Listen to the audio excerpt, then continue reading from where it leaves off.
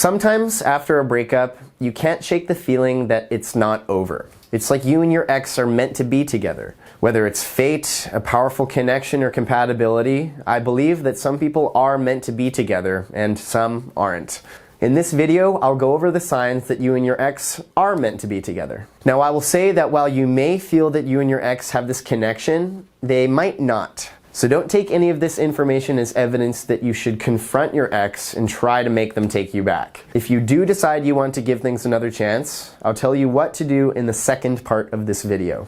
I'm Dave, and welcome to the Breakup Corner. We offer you help, perspective, and hope during one of the hardest times of your life. If you need that right now, don't hesitate to hit the subscribe button to this channel. It really helps us out and helps us keep making videos just like this one. Now let's get into it. Here are the 10 signs that you and your ex are meant to be. Starting with number 1. You're still connected even after the breakup. Now, I often tell people to go no contact after a breakup. This means no phone calls, text messages, or in-person meetups for about a month. If you want your ex back, this is the way to go. The time apart helps you both process the breakup.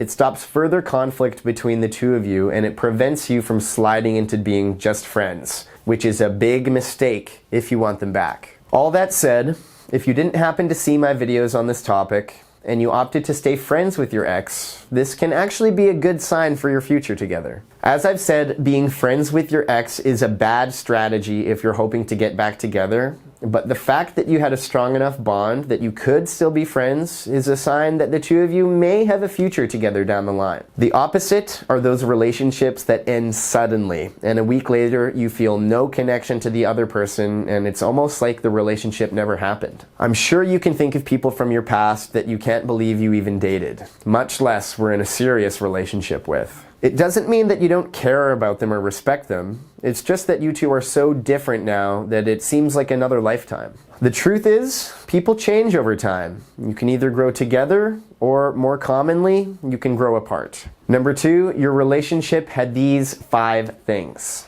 Here's something a little more concrete. It's a landmark study that was released by the National Academy of Sciences. Now, this study used machine learning to analyze 43 data sets from 29 different laboratories across the US. Now, this is a little dense, but it basically boils down to this. There are 5 different aspects of any relationship that predicts success in the long run. These aspects are: number 1, perceived partner commitment. You felt like your partner was committed to you for the long haul, and vice versa. Number 2, appreciation. You and your partner both felt showed and appreciated for the other person. Number 3, sexual satisfaction. You were able to maintain a happy and healthy sex life. Number 4, perceived partner satisfaction. You knew your partner was happy, and vice versa. Number 5, conflict. You were able to handle conflict in a way that brought you closer together rather than drove you apart. So think about your relationship. How did we do in these categories? Obviously, perceived partner commitment has taken a hit recently since you broke up, but if your relationship was otherwise hitting these markers, then it seems to me that you two are meant to be. Remember these moving forward, and if you're lucky enough to get a second chance, make sure that you put in the work to fulfill these 5 areas. Number 3, your family likes them, and vice versa. Family is so important, and it can have a huge impact on a long-term relationship. So if you get along with their family, and they get along with yours, you should seriously consider giving things another shot. Family can be a source of friction, or it can be a source of strength and connection for years to come. Not only that, but it's a great indicator of compatibility between the two of you. As we all know, we tend to get more similar to our parents as we age, so if you know you get along with their parents, then it's going to help you down the line. Number 4, you have a powerful physical attraction. One unfortunate fact of long-term relationships is that attraction fades over time. This is why we stop feeling butterflies when we see that other person once we've been together for a while. This is perfectly normal. As you get to know each other better, these feelings turn into a deeper, more secure form of love. So the more powerful your attraction is starting out, the better your connection will be in the long run. Attraction is foundational to any romantic relationship. And if you're not attracted to one another, I'm sorry to say, but things just aren't meant to be. There are plenty of ways to foster attraction between you and another person. Something as simple as flirting can work wonders to create a spark that's missing. And you can always focus on improving your health and your appearance. This will not only make you more attractive, but it will help you feel more confident, which will compound this effect. Really, even just a haircut can do wonders if you've been looking sloppy lately. And if you found that attraction was starting to fade in a relationship, the truth is that a breakup can actually help light those fires all over again. Because the more time you spend together, the more used to this other person you become. No matter how good looking the two of you are, if you spend too much time together, you'll eventually become familiar and unexciting. Now that you're apart, you truly have a chance to miss one another. This means when you meet again, you'll feel that electric charge you felt when you first saw each other. If this pull is strong enough, then it means that the two of you are really meant to be. Number 5, you haven't given up hope. The truth is that a relationship doesn't end when you break up, it ends when you stop trying to make it work. Now this point can come years before you two call it quits for good, or it can happen months or years after you've split up. The important thing is that if you can hold out hope that the two of you might have a future together, then that's a sign that the two of you are meant to be. Obviously, if neither of you hope for a future while you were back together, then the chances of it happening spontaneously are pretty slim. This is just to say that confidence is key in this situation. I wouldn't advise you to disregard your ex's wishes or to pester them into giving you a second chance. Just hold on to that hope inside of you and use it to improve yourself and work towards a future where you two can be together.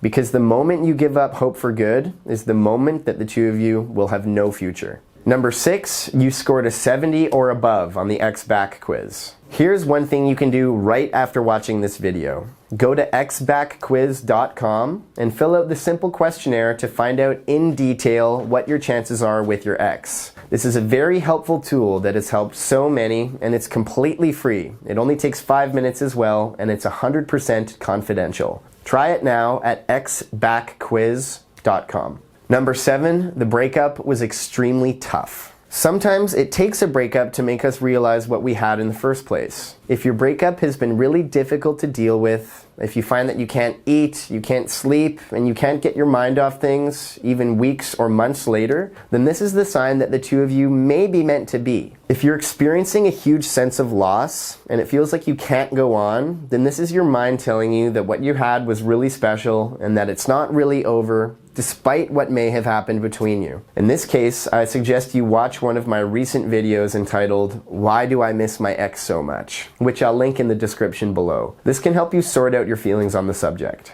On the other hand, if you felt a huge sense of relief after your breakup, and you realize that you don't miss them like you thought you would, then this is a sign that moving on is probably the best option for you. Number 8, they accept your emotional bids, and you accept theirs. American psychologist John Gottman describes an emotional bid as any attempt from one partner to another for attention, affirmation, affection, or any other positive connection. Bids show up in simple ways, a smile or a laugh, and more complex ways like a request for advice or help. These are spoken, but just as many are unspoken. So this can make things tricky. Many people reject bids by accident, or they just miss these bids altogether. Essentially, accepting a bid is turning towards the other person, while rejecting a bid is turning away from them. In a successful relationship, both partners will turn toward the other as much as possible. So if they say, "Nice day we're having," and you just felt a cold breeze, it's okay to just say yes.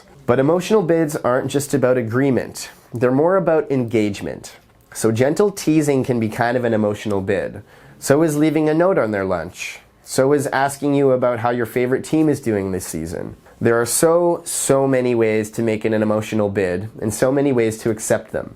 Of course, you can't always accept your partner's bids. For example, if your partner says, "Don't you just hate dogs?" and you love dogs, you shouldn't just agree. Or if their bid is pinching your butt and hitting you on the head with a basketball, then you shouldn't just go along with it if it makes you uncomfortable. You want to support them, but you don't want to lie to them or be inauthentic. There's room for conflict in every relationship, and it can actually bring you closer together, as we talked about. But your default method of dealing with this other person should be inherently positive. You want to give them the benefit of a doubt. You want to accept them for who they are. You want to turn towards them rather than turn away. If you really struggle to do this a lot of the time, you need to think about how compatible you really are with them, and also how you communicate with others in general.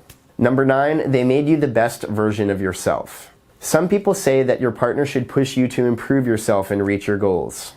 Others say that your partner should bring you comfort and let you be truly yourself. I think that both of these things are true. Someone you're meant to be with will allow you to be the best version of yourself. So if your partner made you feel supported and comfortable, but also free to pursue your hopes and dreams, then you found a keeper and someone you should stay with for the long haul. If you're not sure whether you feel this way, then chances are you don't. Because once you feel this feeling, you'll know that it's the real deal and you'll do anything to make it last forever. That just about does it for this list. How about it? Do you think you and your ex are meant to be, or is it time to move on? Thanks for watching, and I'll see you in my next video.